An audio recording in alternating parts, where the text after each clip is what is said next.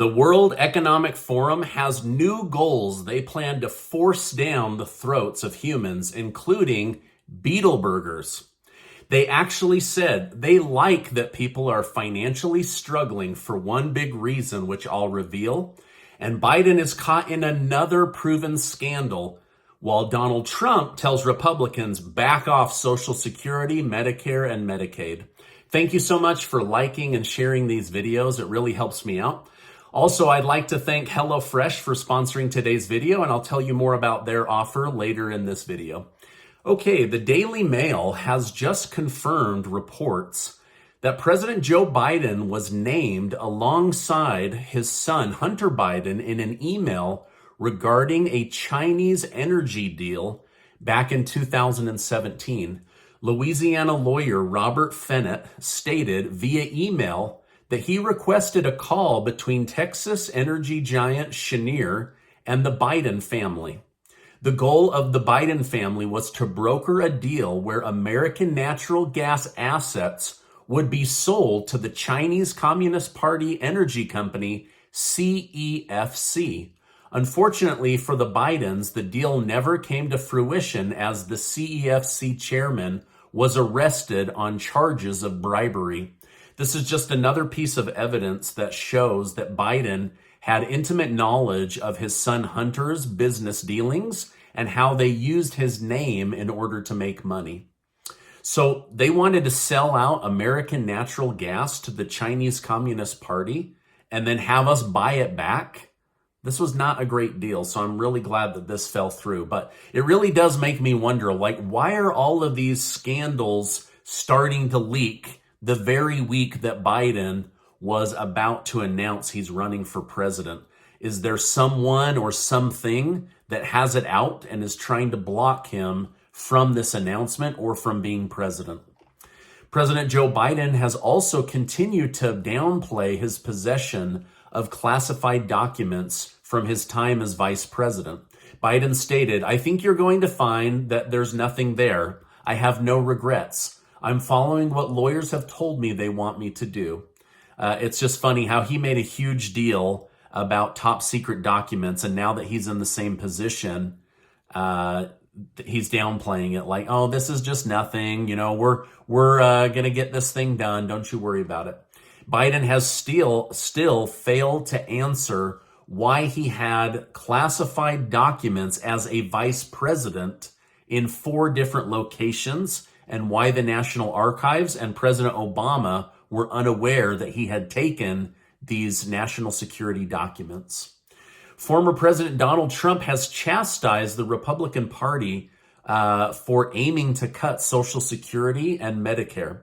Trump stated, "Under no circumstance should Republicans cut a single penny from Medicare or Social Security to help pay for Joe Biden's reckless spending spree."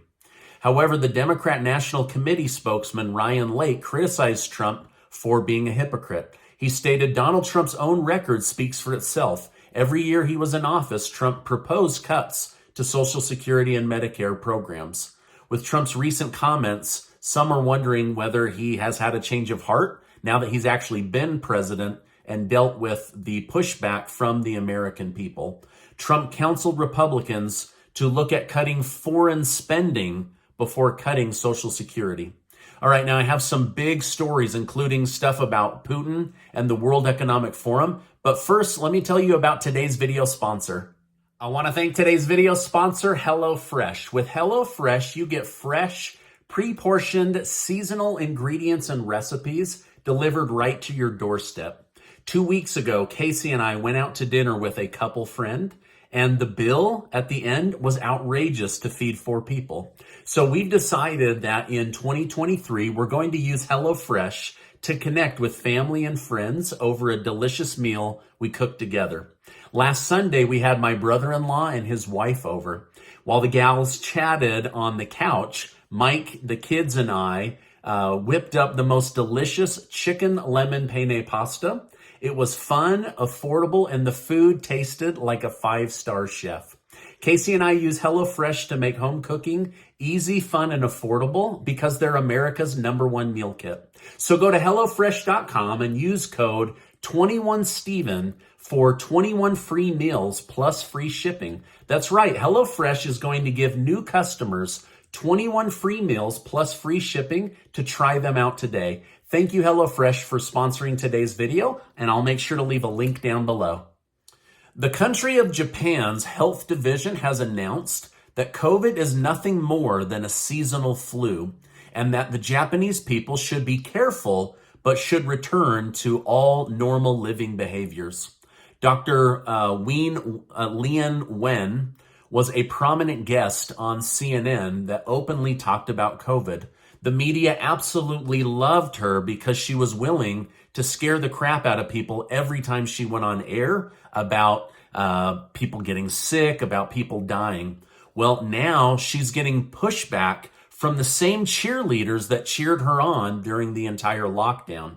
She is saying that the U.S. government is overcounting the actual number of people that have died with COVID, or of COVID. This is what I'm talking about. It gets a little bit semantic on the way that you look at it. She said she didn't know that the government was counting people that died with COVID as well as people that died of COVID or from COVID.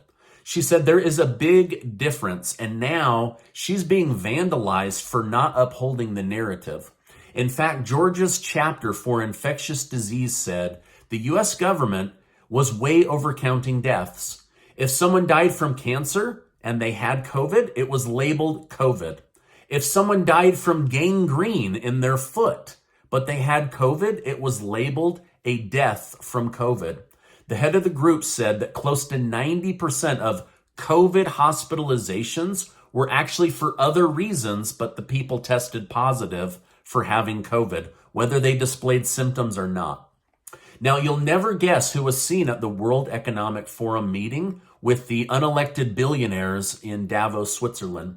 The head of the FBI, Christopher Wray, was there. He told the crowd the FBI will continue to use social media companies to keep tabs on the country and the American people. He said it's been a great tool for the FBI. The head of Siemens Manufacturing also Siemens is like a radiology company, right? And he is manufacturing Siemens. Okay, this is going crazy. Okay, he spoke at the World Economic Forum, and he said 1 billion humans need to stop eating meat immediately, or climate change will kill all of us. He suggested people get comfortable with eating bugs, seaweed, algae, and cactus. The World Economic Forum also said they will be showing countries how to replace beef with beetle bug burgers that taste pretty good and still have lots of protein in the bugs' bodies. Are you guys willing to eat bugs? Let me know in the comments down below. Okay, let me keep going. Someone from the Netherlands said that these economically hard times have actually been really good for the people and for the planet because it has kept them from being able to afford meat or family vacations or driving in their car. I mean, what a jerk. I'll guarantee you this same guy flies home on a private jet. He says, oh, don't eat any meat and don't have any fun and don't go on vacation and don't have a car with a gas engine. And then he flies home on a private jet. Sheesh. Now remember, these elite, they tell you how to live in order to save the planet, but then they don't live the same way that they tell you to live. It's total hypocrisy. I'm talking about people like John Kerry, all the leaders in the government, right? They're all saying, oh, you have to live this certain way. And then they live the total opposite way. I guarantee you, these guys were having really nice steak dinners in Switzerland. Big beefy burgers. They were not going, hey, let's have this meeting about climate change and then let's go eat a beetle burger or let's go eat a bunch of grasshoppers. I guarantee you that was not happening. So they've laughed at us for struggling financially, higher prices, higher bills, and then they tell us to stop enjoying your life, stop eating meat, stop going on vacation. It's absolute insanity. These people are the literal worst. Now, despite massive pushback against Donald Trump, he is still most likely to win as the Republican candidate in 2024, according to new data. A new Harvard Caps Harris poll showed that Trump leads DeSantis by 20 points. Trump has 48% support. DeSantis has only 28% support. Pence has 7%, and all other candidates have less than 5%. So there's still some people that are speculating whether Mike Pence will run for president. But based off these numbers, I don't know that he would get very far. With our national debt skyrocketing, the United States is preparing to approve another $2.6 billion to Ukraine, including a new military package, which would have 150 armored combat vehicles. At this point, America is wanting to supply tanks to Ukraine, which will undoubtedly put us at even larger odds with the country of Russia. Now, yesterday, Ukrainian President Zelensky floated the idea that Vladimir Putin was dead. This set the internet off. Oh my gosh, Putin's dead. We don't know whether that's true or not. The Kremlin has responded and said Putin is alive and Zelensky should keep his mouth shut. Now, Ukrainians' top military people say they have gotten wind through back-channel communication of Putin's new plan, and it's not looking good for Ukraine. Ukraine is begging for tanks, guns, and ammunition. So first off, they say that they intercepted news out of Moscow that Putin is about to order massive airstrikes on unknown cities across Ukraine. So now they've told their people, hey, you might be getting hit with massive missile attacks, but we don't know which city. So they've set their people into a massive panic. And this most likely will happen, right? Now, second, they've learned that Putin and the Russian Federation army plan to encircle the top cities of Ukraine, including the capital of Kyiv, using a three-pronged approach. Putin will have a military advancement come down from the country of Belarus in the north. Then, over on the east side of Ukraine, they're going to have their main military group start to push in and put pressure on the west. And then this is the Donbass region. And then lastly, Putin will have a military advancement head north from the area of Crimea. And then, so what they're going to do is they're going to have like a 250-degree circle coming in, and then they're going to squeeze down on the capital. Now, the Joint Chief of Staff, General Milley, at the Pentagon said he believes Ukraine will find it nearly impossible to drive back Russian troops from Ukraine in 2023. He said that they will only get closer and closer to the capital. Now, the point is to corner Zelensky and other major defense forces. Once this is done, Russia will take Ukraine. Now, this is just a plan that's being laid out that Ukraine intercepted, that the Pentagon says they believe is true. I'm not saying that this is what's going to happen. I'm not saying that Ukraine isn't going to use our weapons and money to fight like crazy to make this not be the case. But this is the intel and the Pentagon's reaction to the intel, and they're basically just telling Zelensky it's going to be next to impossible to push the Russian Federation army out of Ukraine. Now, they've just recently taken the area of Soledar, and so Russia's feeling very optimistic about their military actions, and it looks like they're ready to double down. And so that's the big news coming out of Ukraine and Russia. The major stock indexes were all green and positive today. However, we are living in strange times because the stocks are up while Silicon Valley and other major tech companies are laying off tens of thousands of workers. In fact, just today, Google announced they will lay off 12,000 people in order to keep the company making billions and billions of dollars in profits. Now, I love the stock market. I love the American dream, but this is where capitalism kind of breaks down, because in order to continue to generate billions of dollars in profit for shareholders, they have to ruin the lives of 12,000 people. and fire them, let them go.